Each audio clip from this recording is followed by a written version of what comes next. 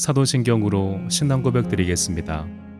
전능하사 천지를 만드신 하나님 아버지를 내가 믿사오며 그 외아들 우리 주 예수 그리스도를 믿사오니 이는 성령으로 잉태하사 동정녀 마리아에게 나시고 본디오 빌라도에게 고난을 받으사 십자가에 못 박혀 죽으시고 장사한 지 사흘 만에 죽은 자 가운데서 다시 살아나시며 하늘에 오르사 전능하신 하나님 우편에 앉아 계시다가 저리로서 산자와 죽은 자를 심판하러 오시리라. 성령을 믿사오며 거룩한 공회와 성도가 서로 교통하는 것과 죄를 사하여 주시는 것과 몸이 다시 사는 것과 영원히 사는 것을 믿사옵나이다. 아멘.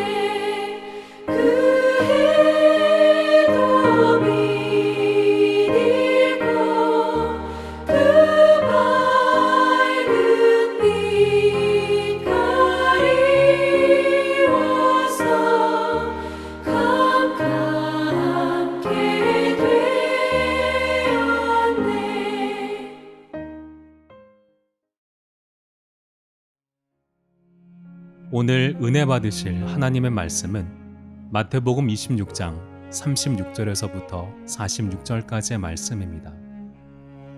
이에 예수께서 제자들과 함께 겟세마네라 하는 곳에 이르러 제자들에게 이르시되 내가 저기 가서 기도할 동안에 너희는 여기 앉아 있으라 하시고 베드로와 세베대의 두 아들을 데리고 왔을세 고민하고 슬퍼하사 이에 말씀하시되 내 마음이 매우 고민하여 죽게 되었으니 너희는 여기 머물러 나와 함께 깨어있으라 하시고 조금 나아가사 얼굴을 땅에 대시고 엎드려 기도하여 이르시되 내 아버지여 만일 할만하시거든 이 잔을 내게서 지나가게 하옵소서.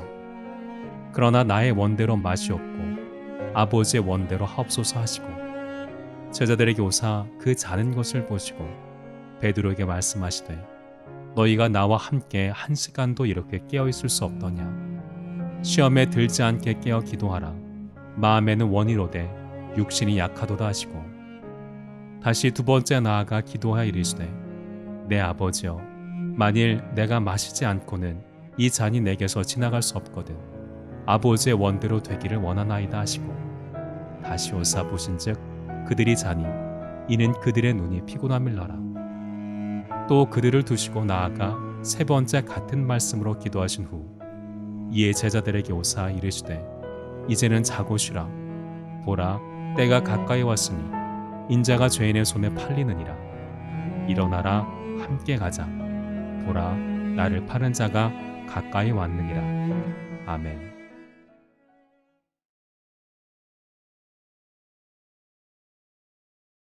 오늘은 겟세마니의 기도라는 제목으로 함께 은혜를 나누겠습니다. 고난주간의 다섯째 날인 목요일은 예수님께서 십자가 순환을 당하시기 하루 전날로서 유월절 예비, 유월절 만찬, 제자들의 발을 씻기심, 배신자 가룟유다의 행동 계시, 성만찬 규례 제정, 제자들의 배반과 베드로의 3번 부인 예고, 제자들을 위한 위로, 포도나무의 비유, 전 우주적 중보기도, 겟세마네 기도 등을 볼 수 있습니다. 본문 40절, 41절은 예수님께서 기도하시는 사이에 잠이 든 제자들과 그들을 깨우고 독려하시는 주님의 모습을 증언한 내용입니다. 40절을 보면 1차로 기도를 마치시고 오신 예수님께서는 제자들의 자는 모습을 보시고 책망하셨습니다.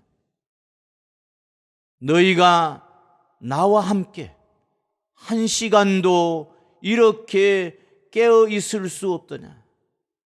이는 38절에서 너희는 여기 머물러 나와 함께 깨어 있으라 라는 부탁을 지키지 못한 데 대한 주님의 책망인 동시에 탄식이었습니다. 제자들은 바로 조금 전만 해도 비록 죽을지언정 주를 부인하지 않겠다고 장담했었습니다. 그러나 그들은 주님께서 고뇌 가운데에 피땀 흘려 기도하는 잠시 동안 깨어있지 못하고 잠들어 버렸던 것입니다. 실로 그들은 마땅히 깨어 있어야 할 시간에 잠들어 있었던 것입니다. 성도들 중에는 이 구절을 보고 이해할 수 없다고 여기는 이들도 계실 줄 압니다. 즉 주님께서 피땀 흘려 기도하시고 또 자기와 함께 기도해 주기를 부탁하셨음에도 베드로와 두 제자가 잠이 들고 말았다는 사실은 참으로 이해할 수 없는 대목입니다. 남들이 잠자는 시간이라고 그렇게 마음 놓고 잠잘 수 있겠습니까? 제자들의 그 나태함은 참으로 어처구니가 없는 일입니다. 그들이 예수를 부인하고 배신하게 된 원인도 근본적으로는 이렇게 마땅히 깨어 있어야 할 시간에 깨어 있지 못한 데 있다고 하겠습니다.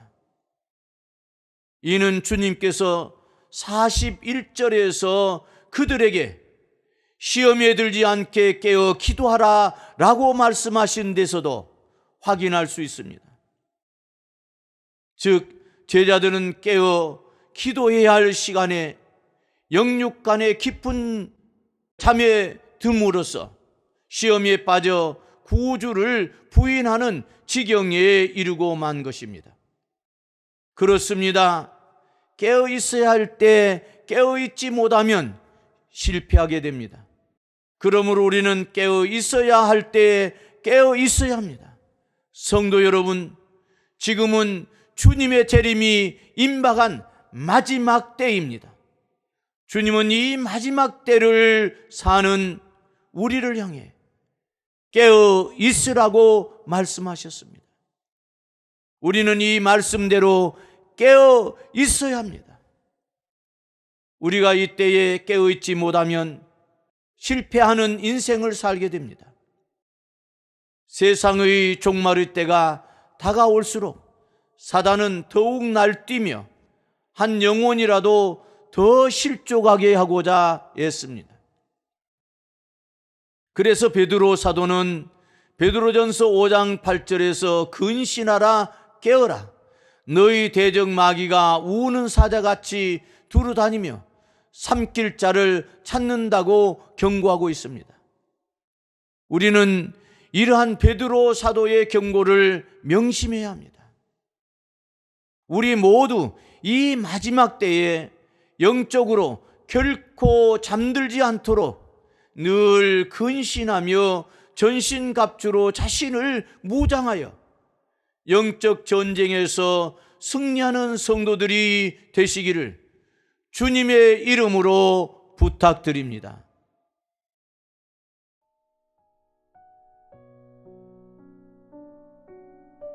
사랑하신 아버지 하나님,